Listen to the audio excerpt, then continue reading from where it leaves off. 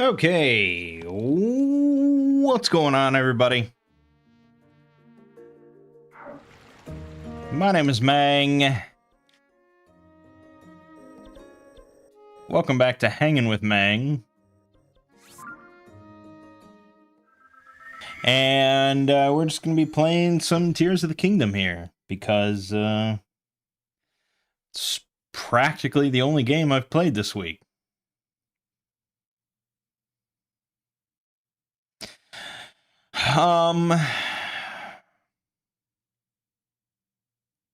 Yeah, so not a super great week for me this week.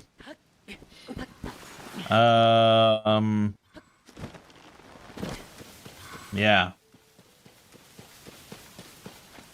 There was some trouble with my AC system of some kind that was going to cost me kind of a pretty penny, so that's annoying, especially like during hot days. That's when they can charge you, you know.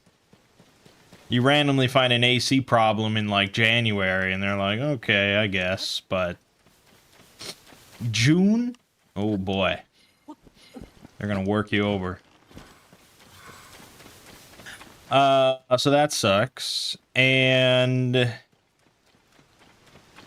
I got up this morning, I picked up my glasses off my nightstand, and one of the lenses was missing. And I don't know when it fell out, and I don't know where it is. I can't find it. It's nowhere around my nightstand. And I feel like I would have noticed at some point during like the 4-hour stream last night that I didn't have a lens in one of my, you know, in my glasses. Because I noticed within like a minute this morning. Because it's kind of a noticeable thing when you're a glasses wearer, that one of your eyes doesn't function anymore. So, I have no idea where it is. It's like a fucking alien snuck in and just stole one of my lenses as like a prank. It's weird and annoying. I mean, I've got older pairs, of course, but it's not great.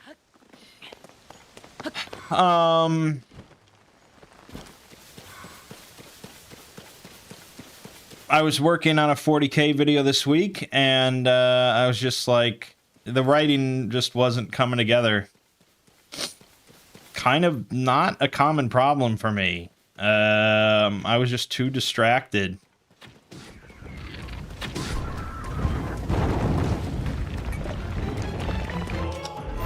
For whatever reason, I was just too distracted. And so on Wednesday, the Wednesday evening, I was like, okay, I'm either really gonna have to just force this out. Like, I'm constipated right now. I'm gonna have to force this one out, painful as it might be, as damaging as it might be, or I have to switch tactics and take a laxative. And so the laxative in this case turned out to be doing a Lovecraft audiobook.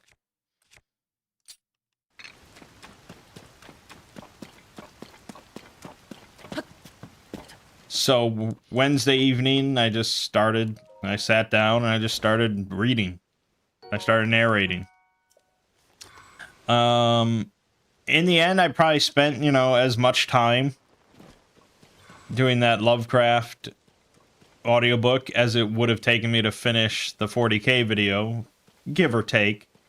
But it's just a different process. It's a different I couldn't research and write properly because I was just really distracted this week. But narrating is just kind of, you don't really have to think, There's no thoughts involved, really. You're just speaking. So, it's still a lot of work, but just different. And it was fine. So I did the Whisperer in Darkness, because I've not done that yet. And maybe it was a little longer than I really wanted to do. But if I'm going to put out a Lovecraft audiobook as a Monday video, and not as like an extra video, it needs to be pretty substantial. So it ended up being about 3 hours and 13 minutes long. And of course, the last audiobook that I recorded, the Dunwich Horror, as soon as I uploaded it, it got copyright blocked. I don't think I actually get copyright strike for it. I don't believe so. It's just blocked. Now, if you file an appeal on a block and it gets refused or denied by the company, that I think can give you a copyright strike. And I think opens you up to like legal, you know, a legal response if you're really trying to claim that you have legal authority. But of course, in the case of Lovecraft audiobooks, there is no legal authority because it's public domain. And so when I did the Dunwich Horror, you know, I filed an appeal. And actually, I don't even think I could file an appeal for that one. I think I was just... There's two things you can do. You can just, like, try and get the copyright block, like, overturned. Or something. It's like they have 30 days to respond.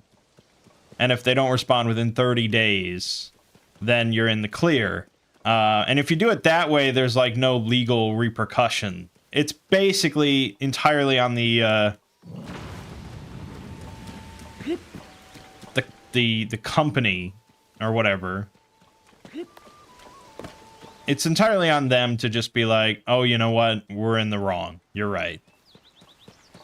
And really, you know, they can just say, you know what? We're in the right. And if you disagree, come sue us.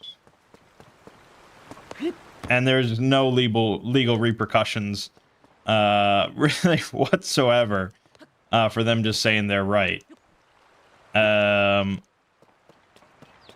I think that's what I did last time for Dunwich Horror, and they happened to respond pretty quickly and say, oh no, we're in the wrong, you're right, this is public domain. What I had the option to do this time for some reason, I'm not entirely sure why, perhaps because I was right in the last case, I don't know. But this time I was allowed to actually file a legal, like, repeal, or appeal of the claim. And in this case, it opens me up to legal repercussions if I am, like, falsifying, you know, my appeal. If I'm trying to claim that I have legal permission to do this when I don't. But they only have 7 days to respond. And if nothing happens within 2 days, I believe that it said the video will be publicly visible. It won't be monetized until the 7 days or the response comes through. But within 2 days, I should have a response, or it should be publicly visible. Now, I'm pretty bummed if they don't ever respond and it takes the 7 days, because that means that I won't get any monetization whatsoever on YouTube for the first week of the video, for 5 days. But at least it will be visible.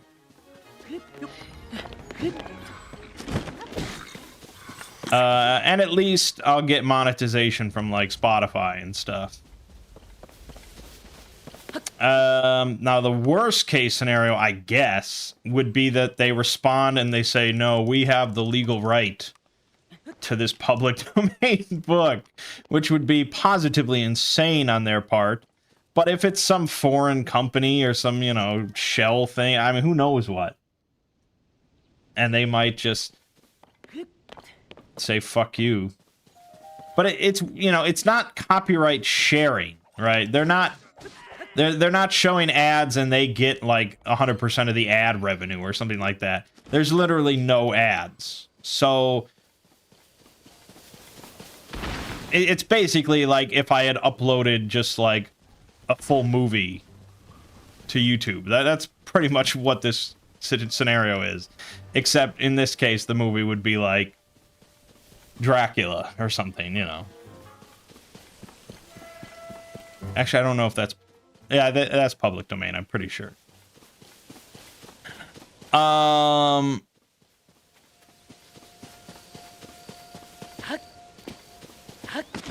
So, if they actually denied it for whatever insane reason, theoretically, I could somehow take them to court and win. If I really wanted to. I wouldn't... The monetary cost wouldn't be worth it on either side, but I could. More likely, I would just contact YouTube and be like, look, this company is absolutely claiming ownership of a public domain work. So all in all, it's just annoying because I know now, we all know now that anytime I do a Lovecraft audiobook, it's gonna get hit with this shit. Because clearly these companies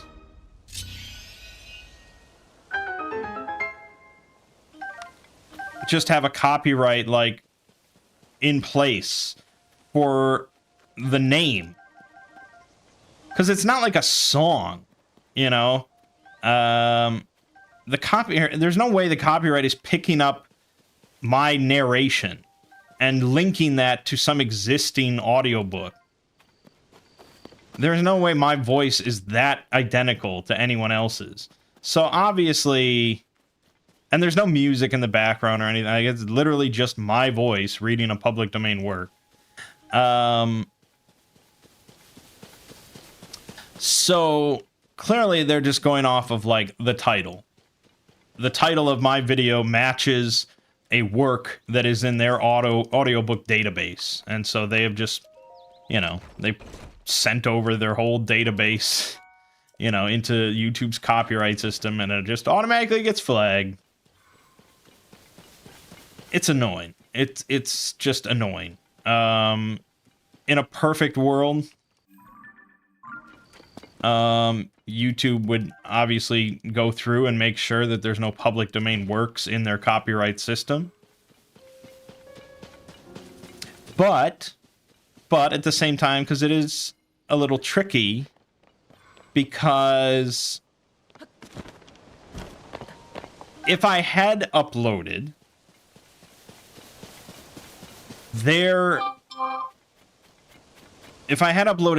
version of the audiobook, I would be infringing on a copyrighted work, because a performance of a public domain work can still be copyrighted, as far as I'm aware. So,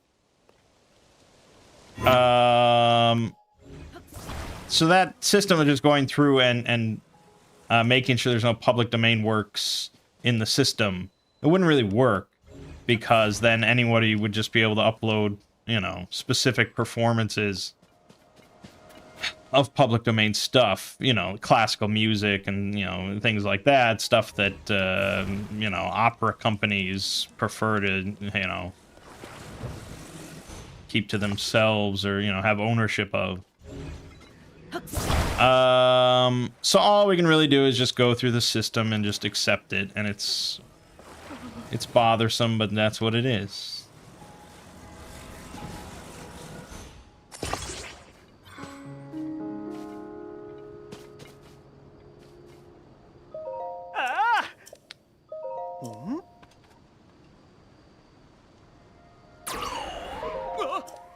Anywho, and then finally I was supposed to go on a date this week on Thursday. Dinner and trivia night at a bar, and like an outdoor sort of hippie bar, I guess. And then as I was getting ready to go on Thursday, I get a text from her saying that she caught a stomach bug from one of the kids that she nannies for. I have to assume... I mean, I guess you assume she was telling the truth. It's usually a nice thing to do, is to give people the benefit of the doubt. And...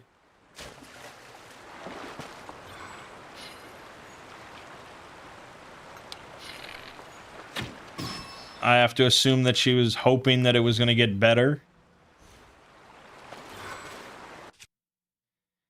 And, you know, she waited till the last minute, hoping that it was going to get better, and it didn't.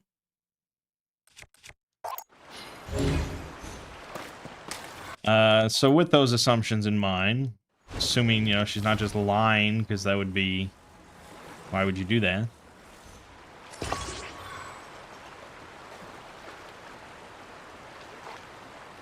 I don't know what I was hoping to gain here.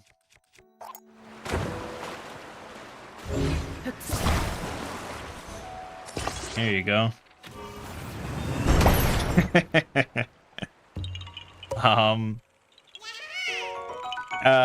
So she said, I'm gonna have to cancel tonight, but maybe we'll, you know, have another phone date Friday or Saturday.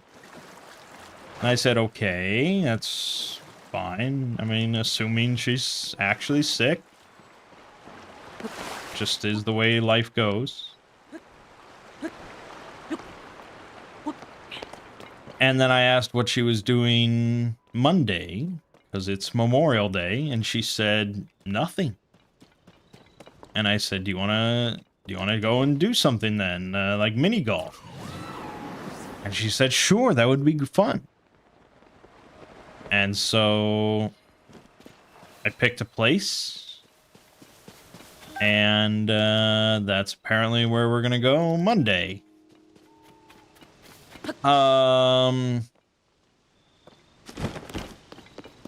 But then Friday came around, and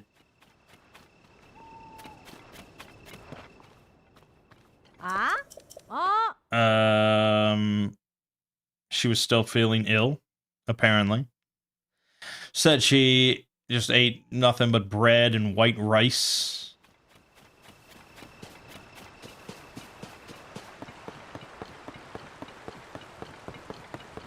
On Friday.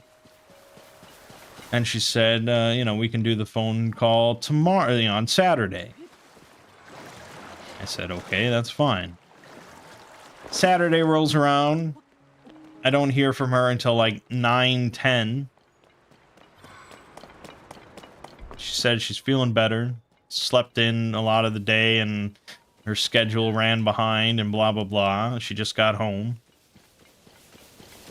And I said, well, I'm not busy if you still wanted to have a phone call. And she said, oh, well, I'm really on a roll cleaning.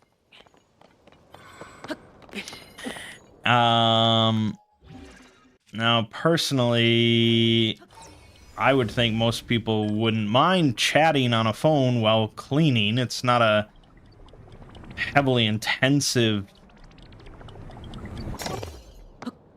process that requires a lot of concentration, but you know.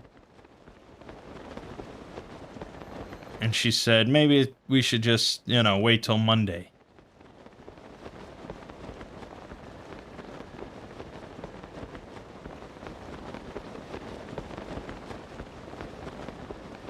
Now, I've mentioned this to several people.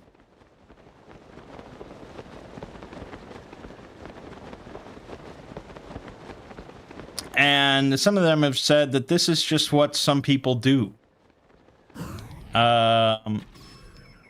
When they're not interested in somebody.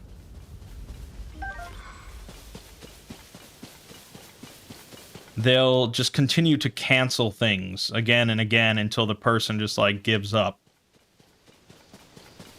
And, you know, it's a mutual ghosting at that point. because they don't have the wherewithal or whatever to,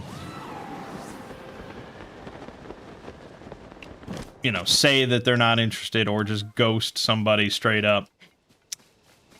That could be true. I mean, we can't rule that out. Seems weird, though, if I ask you what you're doing on a day.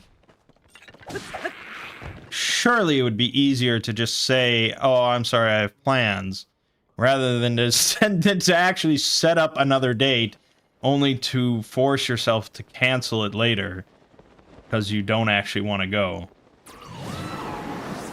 I'm not going to try and psychoanalyze anything. You know, clearly she's got some sort of issues.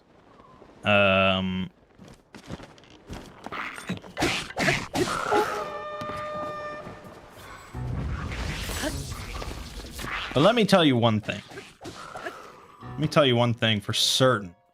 100% guarantee. I'm a very stubborn person.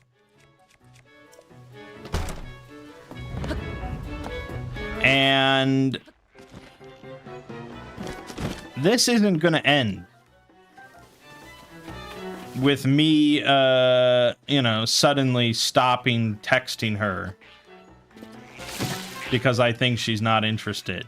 If she wants out of this, she's going to have to, you know, she's going to have to do it herself. I will talk to this girl for years if that's what it takes for her to finally get sick of it and tell me she's not interested, or just stop responding, I guess.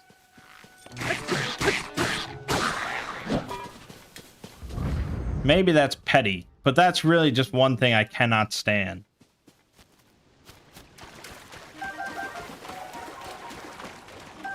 It would be one thing I would understand somewhat if this was like an in-person thing and I like knew where she worked or something. I met her where she worked or blah, blah, blah.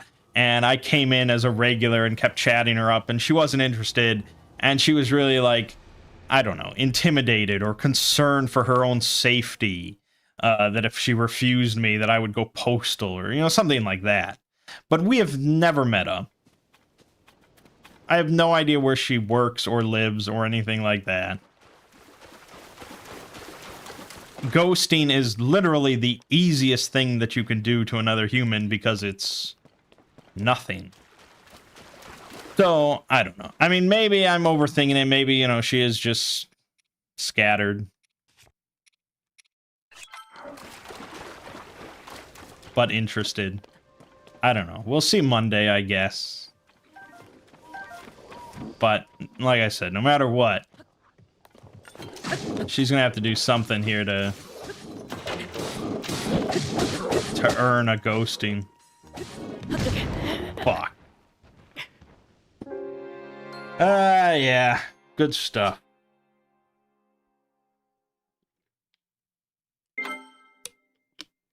Anyways.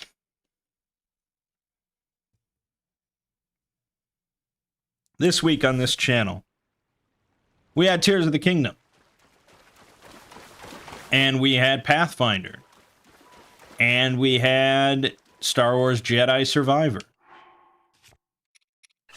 And going into the next week, we will have those same 3 things.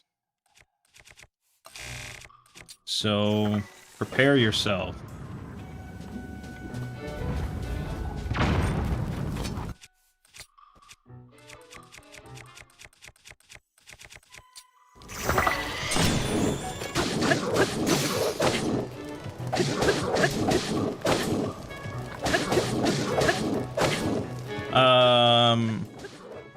Man, it's hot in here without AC. God damn.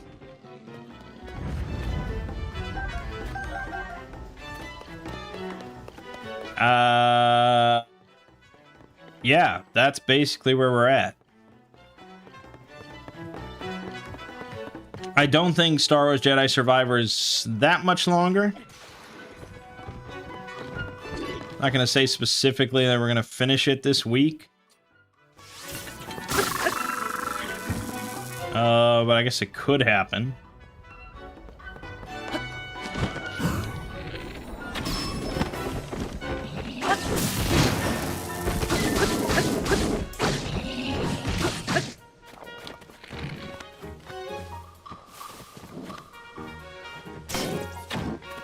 Fuck. It could happen. Tears of the Kingdom. Yeah, that's not really that close to being done. Pathfinder, I think it's 45 parts. And I just uploaded 31 or 2. So that's obviously going to continue for a while. Once Star Wars Jedi finishes, I don't think I'm going to start uploading anything to replace that, because we're already doing 3 games. So, yeah. That's the schedule currently.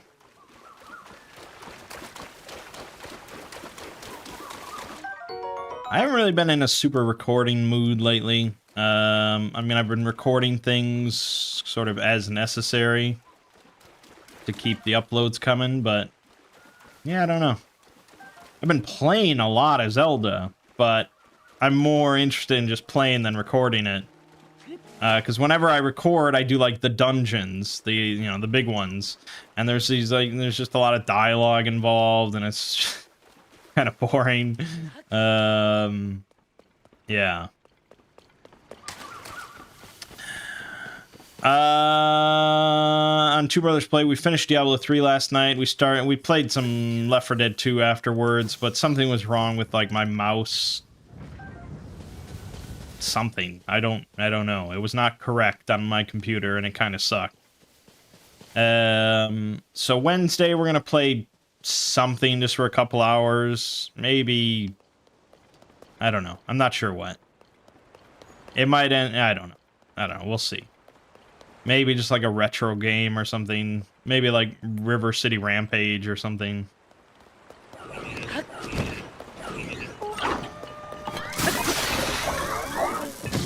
Fuck. So easy to die in this game. And then next Saturday, assuming all goes well, we should be playing Diablo 4. Which will be great. On the Exploring series, I released a SCP video, The Royal Nursery. Fuck.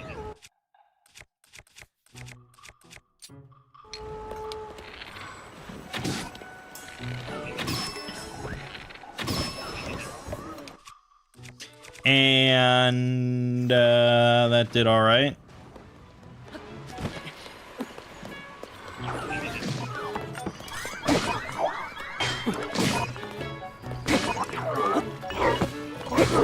Fuck me, dude.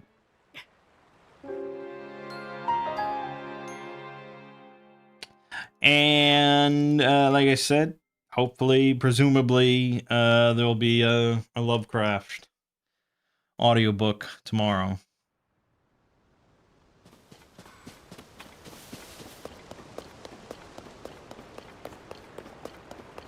Yeah, that's kind of it, I guess.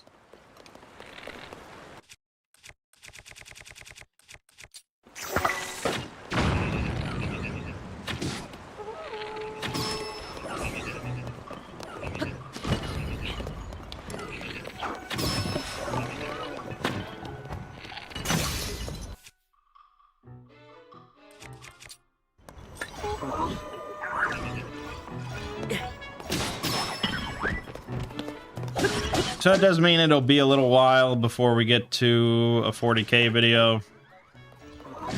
Because SCP does kind of take priority still.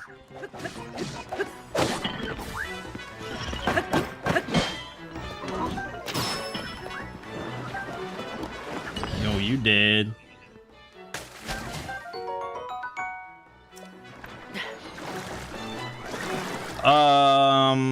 But, you know, that's the way it goes. That's the way it goes.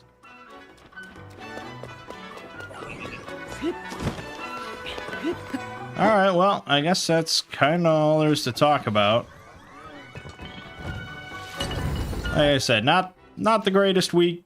Hopefully next week is an improvement. Get the AC fixed. Smooth sailing on writing and researching. Find the lens for my glasses.